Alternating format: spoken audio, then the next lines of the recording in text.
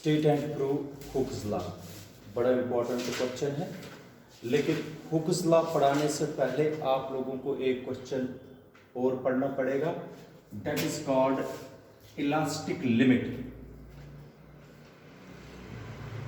Elastic limit, आप लोगों को इलास्टिक लिमिट समझ आ गया तो फिर हम कर पाएंगे हुक्स लॉ। ठीक है, इलास्टिक लिमिट आप लोगों को मैं थोड़ा समझाता हूं इलास्टिक लिमिट क्या है।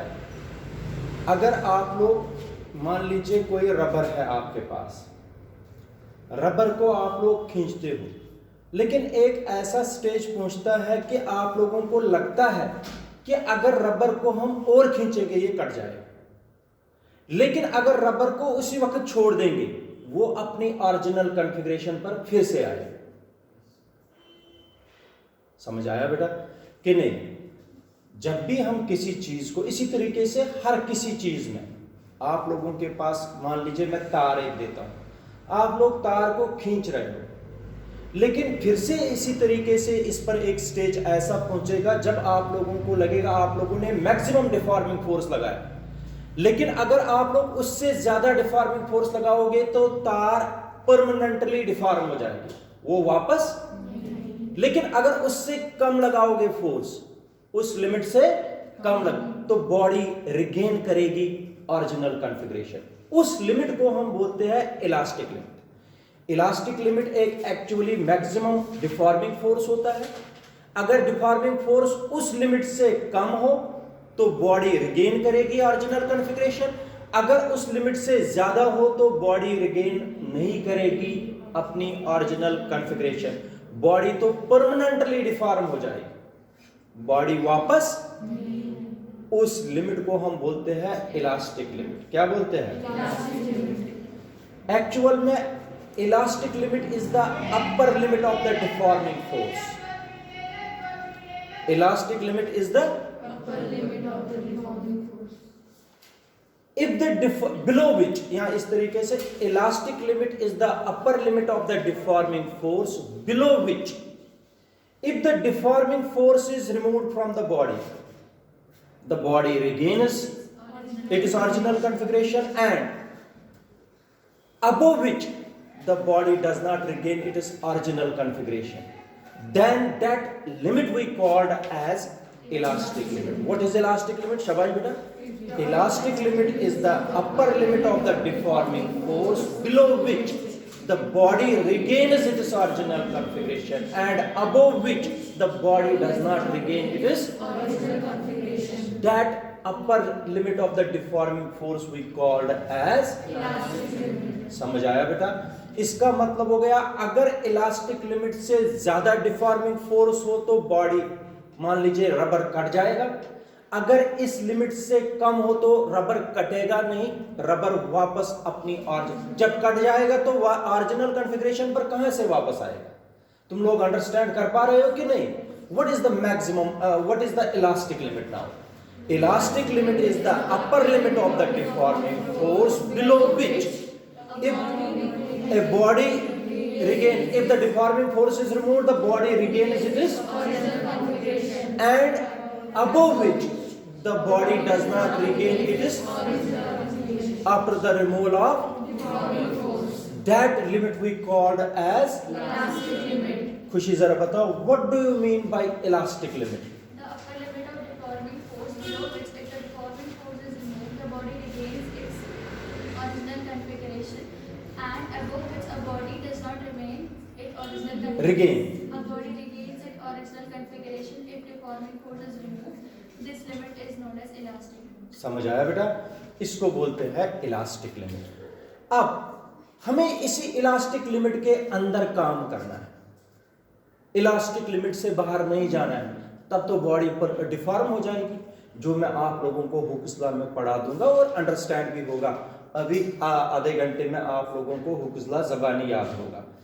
State and prove Hooke's law. Elastic limit समझ आया कि नहीं? शाबाश बेटा। आप हुक्स लॉ मैं आप लोगों को अच्छी तरीके से समझाऊंगा, पहले आप लोग ध्यान से समझिए। हुक्स लॉ के दो स्टेटमेंट आप लोगों को मैं पढ़ा दूंगा। हुक्स लॉ के दो स्टेटमेंट आप लोग अच्छी तरीके से समझ आए। पहला स्टेटमेंट क्या है और दूसरा स्टेटमेंट क्या है, दोनों आप लोगों को समझाऊंगा। इधर देखो, फर्स्ट स्टेटमेंट आप लोग याद रखिए।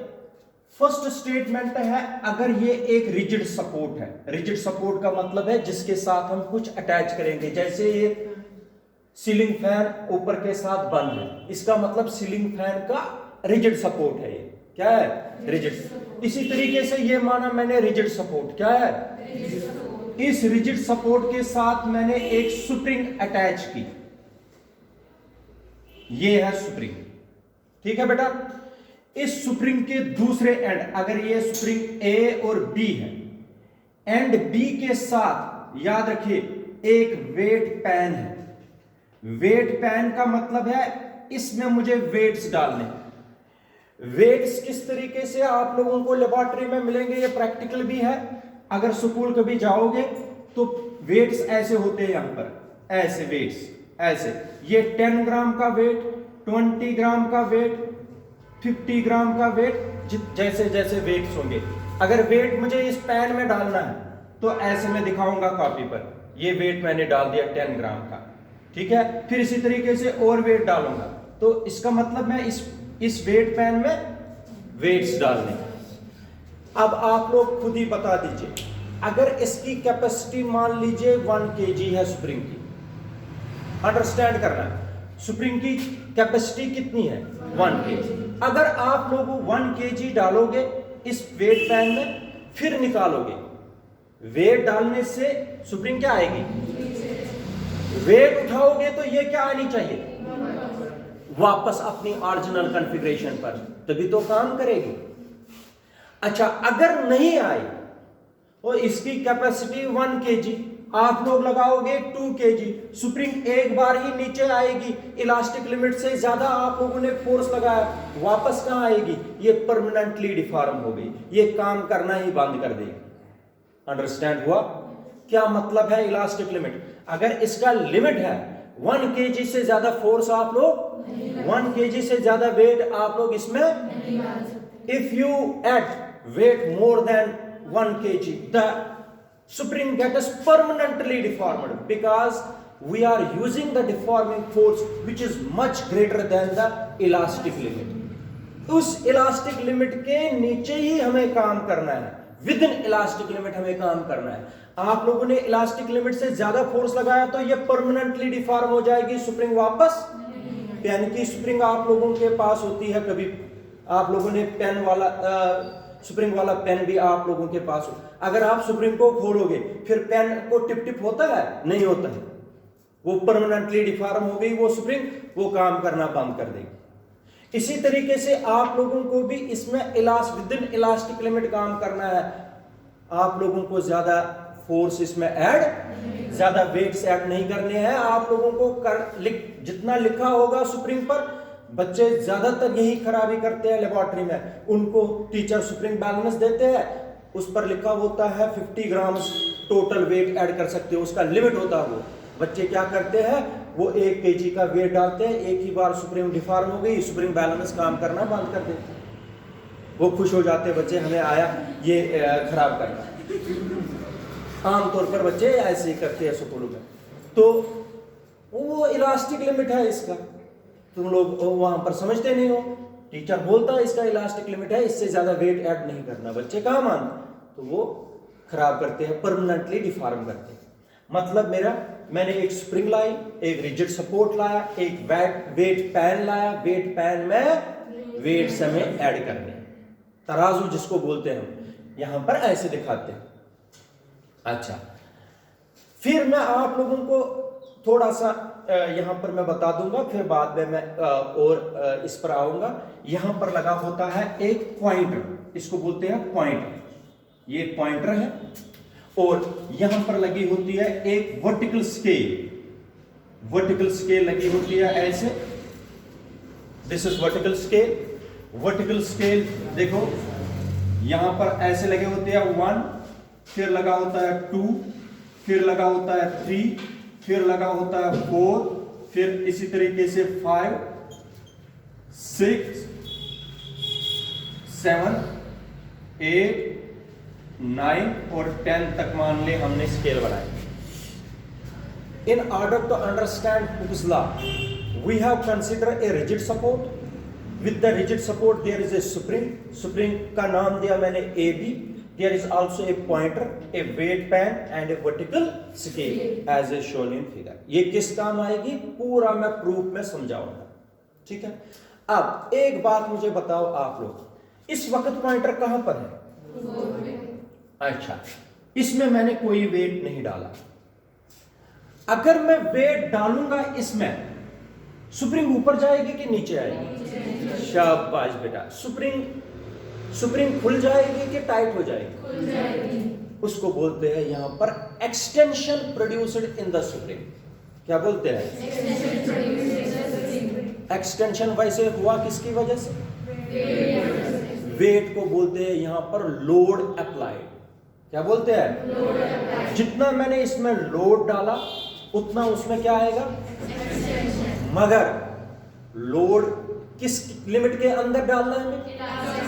यस. डेफिनेशन बन गई. डेफिनेशन हमारी बन गई. डेफिनेशन है. अब देखो एक बार मुझे आप लोगों को बताना पड़ेगा, आप लोग खुद बोलोगे. विद इन इलास्टिक लिमिट काम करना है, वो पहले बोलना है. Within elastic limit. शाबाश. Extension produced in the spring. Within elastic limit, extension produced in the spring is directly proportional to load applied. Load applied. जरा आप लोग मुझे बता दीजिए, जो मैंने ये लिखा, जिसको मैंने बॉक्स में रखा, what do you mean by this statement? इसका मतलब हो गया ईशा, जितना जितना मैं लोड किस में डालता जाऊंगा? वेट पैन में. उतना उतना क्या होता जाएगा इसका? मगर विदिन, अगर मैं वेट उठा दूंगा, स्प्रिंग क्या आनी चाहिए? हाँ, तब ये काम करेगा, वरना नहीं. इसलिए स्टेटमेंट पहला समझ आया ये बेटा? पहला स्टेटमेंट है within elastic limit the extension produced in the spring is directly proportional to the. जितना जितना ज्यादा मैं लोड इसमें डालता जाऊंगा, स्प्रिंग का एक्सटेंशन भी. हाँ, that is called the extension produced in the spring is directly proportional to the load. बोल रितिका. शाबाश बेटा. What do you mean by ये Hooke's law या first statement of Hooke's law? शाबाश. With an elastic limit, extension produced in the spring is directly proportional to the load applied.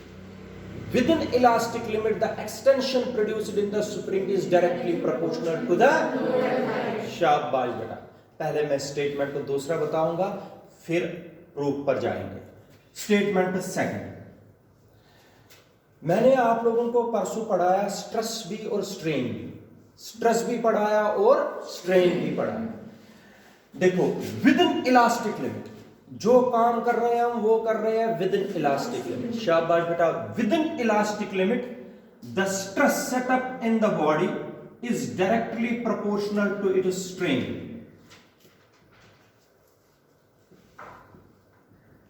देखो, stress का मतलब क्या है?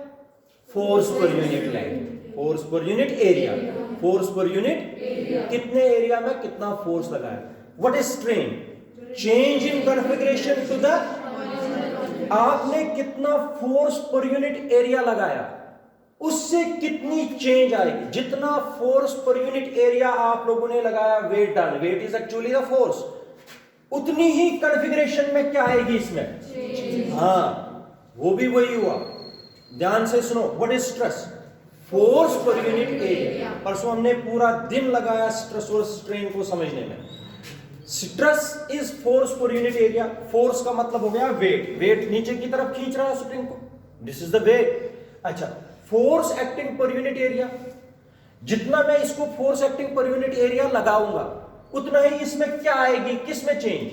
कॉन्फ़िगरेशन में. Configuration, change in configuration to the original configuration is called. इसलिए within elastic limit, second definition of Hooke's law is within elastic limit the stress setup in the body या stress produced in the body is directly proportional to its stress produced in the body is directly proportional to its इधर देख लीजिए, stress is equal to directly proportional को जब equality में लाते हैं, directly proportional को क्या लाते हैं? When directly proportional is removed by equality, then a constant comes. Here the constant is E. कौन सा constant? E multiply strain. E multiply where E is constant of proportionality and is called coefficient of elasticity. क्या बोलते हैं इसको बेटा? Coefficient of elasticity या modulus of elasticity, ये मैं आगे पढ़ाऊंगा। Coefficient of elasticity and its types, ये अलग क्वेश्चन है। कोफिशिएंट ऑफ इलास्टिसिटी और मॉडुलस ऑफ इलास्टिसिटी बोलते हैं इसको। किसको बोलते हैं? मॉडुलस ऑफ इलास्टिसिटी या coefficient of elasticity.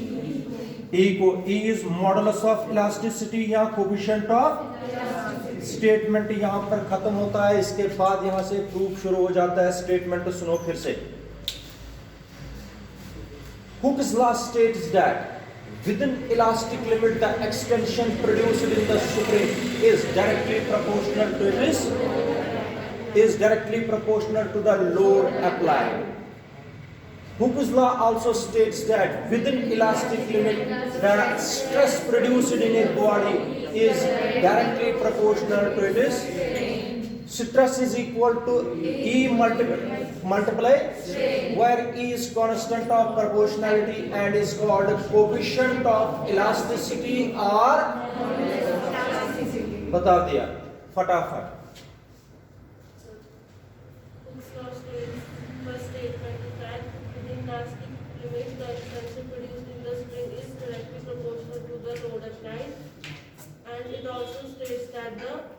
Within elastic limit, the stress produced in the body is directly proportional to strain. शाबाश बेटा।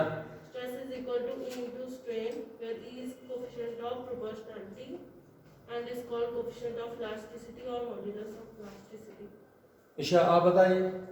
Hooke's law states that within elastic limit, extension produced is directly proportional to the load applied. It also states that within elastic limit, stress is directly proportional to its strain. शाबाश बेटा। इसको बोलते हैं statement. अब मैं prove करके दूंगा कि extension produced in the spring is directly proportional to. इधर मैं बना के रखता हूं, इधर देखो। We have to plot a graph between load applied and extension produced in the spring.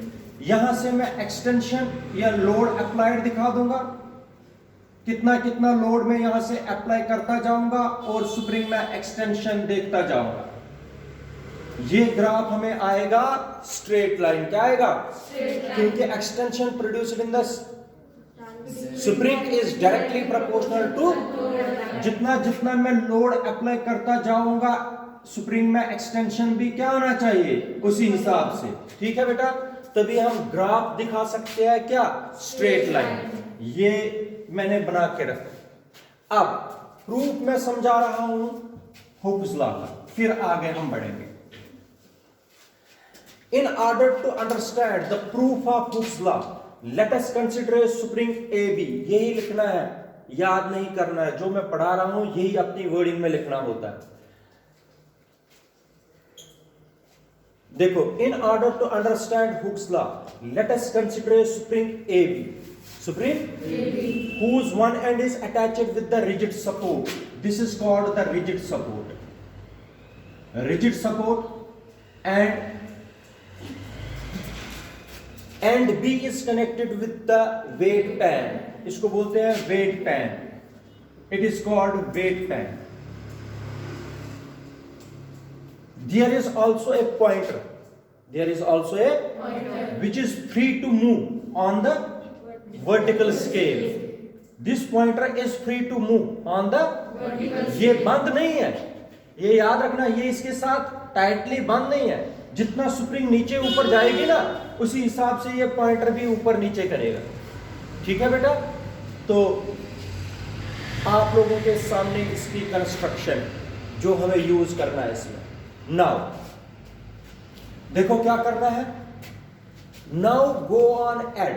Firstly we add 10 grams. आप लोगों को क्या करना है, मान लीजिए आप लोगों ने ना, सबसे पहले नोट करना है पॉइंटर स्केल पर with when the weight pan is empty. जब वेट पैन एम्प्टी होगी, पूरी खाली होगी, तो पॉइंटर की लोकेशन देखनी।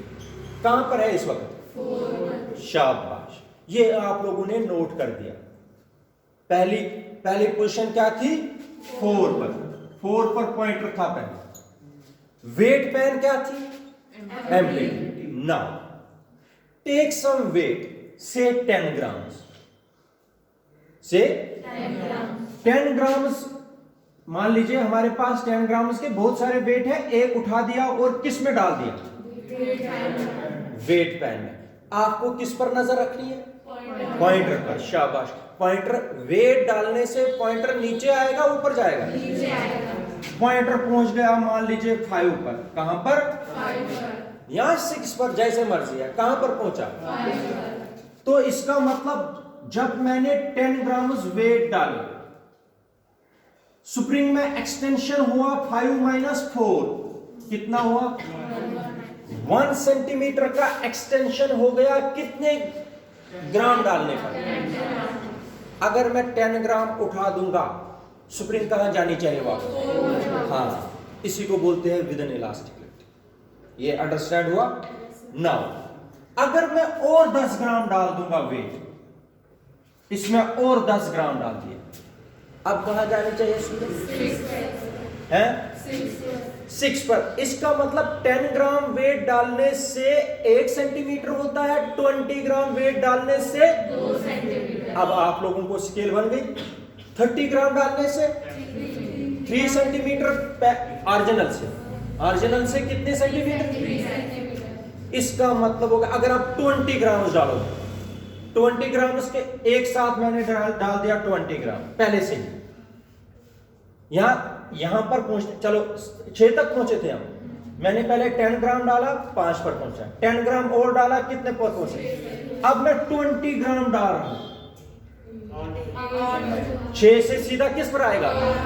इसका मतलब हो गया जितना जितना मैं वेट डालता रहा हूं इसमें, एक्सटेंशन उसी हिसाब से।